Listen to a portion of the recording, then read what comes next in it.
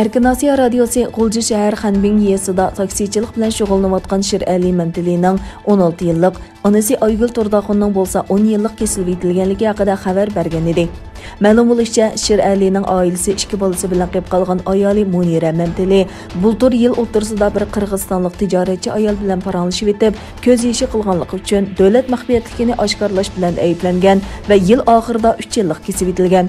Vaziyatdan xabardor kishining bayon qilishicha, Munira Mantili tutqun qilinishdan bir kun burun G'ulji shahar soqchi idorasiga berib, Shexo turmisida jazo muddatini o'tayotgan yo'ldoshi Shir Ali bilan ekranda ko'rishni talab qilgan va talibi rad qilingan.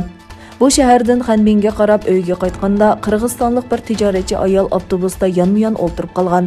Qirg'izistonlik tijoratchi ayol uning bilan paranglashib o'ltirib, yo'ldoshining kimligini so'ragan.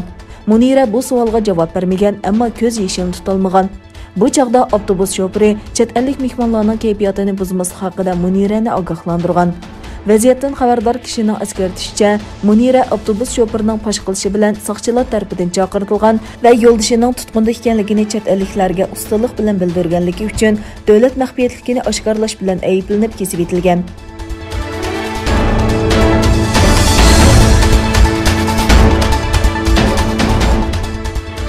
Yigirmanchi asr Uyg'ur xalqining tarixida muhim voqealar davri bo'ldi. Bu 100 yil davomida o'xshashla Uyg'ur diyori azob-uqubatga duchor bo'ldi. Uyg'ur diyori tarixidagi aprel oyida yuz bergan muhim voqealar Qirg'iziston Uyg'urlari tomonidan Bishkek va Jalolobod shaharlarida xotirlandi. Bu shaharlarda 1945-yili 8-aprel kuni qurilgan sobiq milliy armiya kunini va 1990-yili 5-aprel yuz bergan Barin voqeasini xotirlash faoliyati uyushtirildi. 8-aprel kuni faoliyat Qirg'iziston Uyg'urlari ittifoq jamiyatining uyushtirishi bilan Bishkek shahrining Alamidan 1-mahallasida madaniyat uyida o'tkazildi. Murosimga Cho'y viloyatidagi Uyg'ur jamoatchiligi qatnashdi. Bu yig'inga Qirg'iziston Uyg'urlari ittifoq jamiyatining raisi Asqar Qosimov riyosatchilik qildi. Oldi bilan qahramonlarga atab xatma Qur'on qilindi.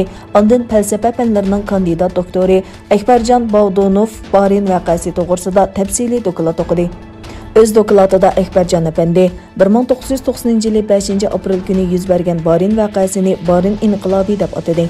8-aprel Sharqi Turkiston milliy armiyasi kuni va Barin inqilobini xotirlash faoliyati yana Jalolobod shahrida faoliyatchi Alshir Nasaraxonovning tashabbusida uyushtirildi.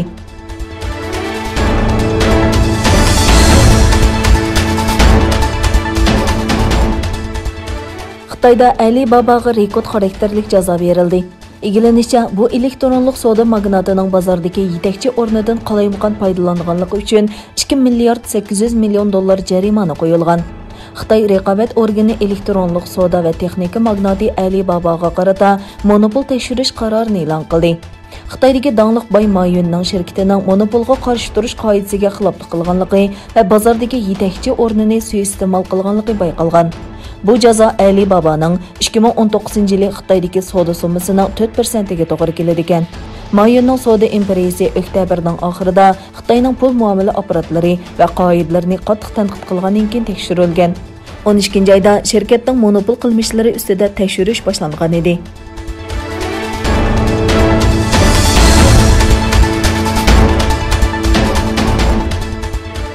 Ukrainaning sharqida Ukraina bilan Rossiya o'rtasida jiddiylik kuchaymoqda.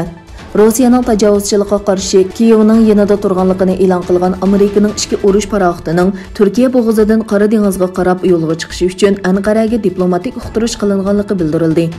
Anadolu agentligining diplomatik manbalarni asos qilgan xabariga qaraganda, 15 kun burun diplomatik yo'llar orqali Amerikaning ichki urush paraxotining Monterekes ahdnomasiga asosan Qora dengizga avatilganligi to'g'risida uqtirish qilingan.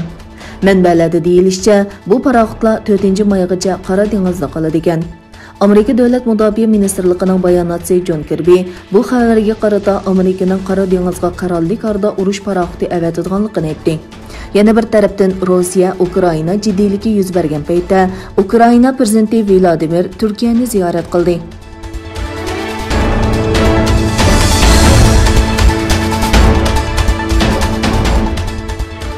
Xitoy koronavirusining ta'siriga eng ko'p uchirgan davlatlarning biri bo'lgan Hindistonda yuqumlanish boshlangandan buyon kundalik yuqumlanuvchilarning soni eng yuqori saviyaga yetdi.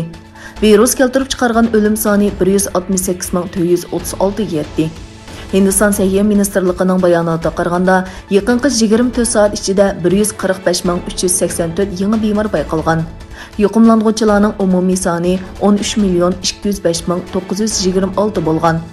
Bu 2020 yılı 1 ayının 30 günü memleket boyunca tunji yuqumlanğuchi bayqalgandan buyanqi eng yuqori kundalik vaqa soni xotirlanishi ekan.